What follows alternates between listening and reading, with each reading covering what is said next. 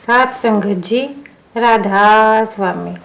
सात संगत जी, आज मैं जो साखी आपके लिए लाई हूँ उस साखी का नाम है प्रतिकूल वातावरण में संत।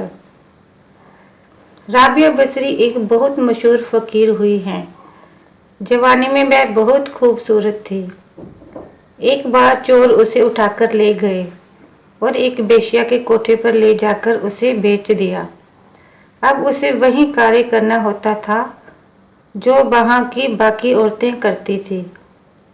इस नए घर में पहली रात को ही उसके पास एक आदमी आया और उसे फौरन बातचीत शुरू कर दी। आप जैसे भले आदमी को देखकर मेरा दिल बहुत खुश है। वह बोली, आप सामने पड़ी कुर्सी पर बैठ जाएं। मैं थोड़ी देर परमात्मा की याद में बैठ लूं। अगर आप चाहें तो आप भी परमात्मा की याद में बैठ जाएं। ये सुनकर उस नौजवान की हैरानी का कोई हद न रही। वह भी राबिया के साथ जमीन पर बैठ गया। फिर राबिया उठी और बोली, मुझे विश्वास है कि अगर मैं आपको याद दिला दूं कि एक दिन हम सबको मरना है तो आप बुरा नहीं मानोगे। आप ये भी भली भांति समझ लें कि जो गुनाह करने की आपके मन में चाह है वह आपको नरक की आग में धकेल देगा। आप खुद ही फैसला कर लें कि आप ये गुनाह करके नरक की आग में कूदना चाहते हैं या इससे बचना चाहते हैं। जी सुनकर वह नौजवान हक्का बक्का रह गया। उसने जरा संभल कर कहा, ए नेक और पाक औरत, तुमने मेरी आंखें खोल दी जो अभी तक गुनाह के भयंकर नतीजे की ओर से बंद थी। मैं वादा करता हूँ कि फिर कभी किसी कोठे की तरफ कदम नहीं बढ़ाऊंगा। हर रोज नए आदमी राबिया के पास भेजे जाते। पहले दिन आए नौजवान की तरह उन सब की जिंदगी भी पलटती गई।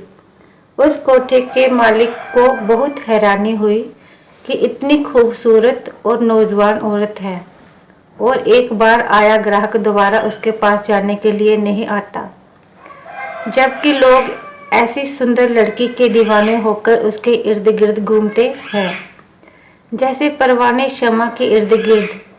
ये रोज जानने के लिए कि उसने एक रात अपनी बीवी को ऐसी जगह छिपाकर बिठा दिया जहां से वह राबिया के कमरे के अंदर सब कुछ देख सकती थी। वह ये जानना चाहता था कि जब कोई आदमी राबिया के पास भेजा जाता है तो वह उसके साथ कैसे पेश आती है। उस रात उसने देखा कि जैसे ही ग्राहक ने अंदर कदम रखा, राबिया उठकर खड़ी हो गई और बोली, आओ बड़े आदमी, आपका स्वागत है। पाप के इस घर में मुझे हमेशा याद रहता है कि परमात्मा हर जगह मौजूद है। वह सब कुछ देखता है और जो चाहे कर सकता है। आपका इसके बारे में क्या ख्याल है? ये सुनकर वह आदमी हक्का बक्का रह गया और उसे कुछ समझ न आई कि क्या करे। आखिर वह कुछ हिचकिचाते हुए बोला, हाँ पंडित और मौलवी कुछ ऐसा ही कहते हैं। राबिया कहती गई, यहाँ गुनाहों से घिरे हुए इस घर में मैं कभी नहीं भूलती कि खुदा सब जगह देखता है और पूरा न्याय भी करता है। वह हर इंसान को उसके गुनाहों की सज़ा देता है। जो लोग यहाँ आकर गुनाह करते हैं उसकी सज़ा पाते हैं। उन्हें अनगिनत दुख और मुसीबतें झेलनी पड़ती हैं। मेरे भाई, हमें मनुष्य जन्म मिला है भजन बंदगी करने के लिए, दुनिया के दुखों से हमेशा के लिए छुटकारा पाने के लिए, खुदा से मिसाल करने के लिए, ना कि जानवरों से भी बदतर बनकर उसे बर्बाद करने के लिए। पहले आए लोगों की तरह इस आदमी को भी राबिया की बातों में छिपी सच्चाई का एहसास हो गया। उसे जिंदगी में पहली बार महसूस हुआ कि वह कितने घोर पाप करता रहा है और आज फिर करने जा रहा था। वह फूट फूट कर रोने लगा और राबिया के पांवों में गिरकर माफ़ी मांगने लगा। राबिया के शब्द इतने सहज, निष्कपट और दिल को छू लेने वाले थे कि उस कोठी के मालिक की पत्नी भी बाहर आकर अपने पापों का पश्चाताप करने लगी। फिर उसने कहा, हे नेक और पाक लड़की, तुम तो वास्तव में फ़कीर हो। हमने कितना बड़ा गुनाह तुम पर लादना चाहा। इसी वक्त इस पाप की दलदल से बाहर निकल जाओ। इस घटना ने उसकी अपनी ज़िंदगी को भी एक नया मोड़ दिया और अपने पाप की कमाई हमेशा के लिए छोड़ दी।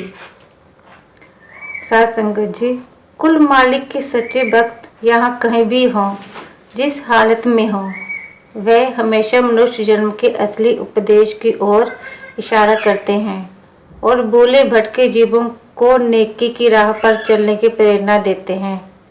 साथ संगत जी, ये थी मेरी आज की साखी। अगर आपको मेरी साखियाँ अच्छी लगती हैं तो अगली कहानी सुनने के लिए मेरे चैनल को सब्सक्राइब करना। राधा स्वामी।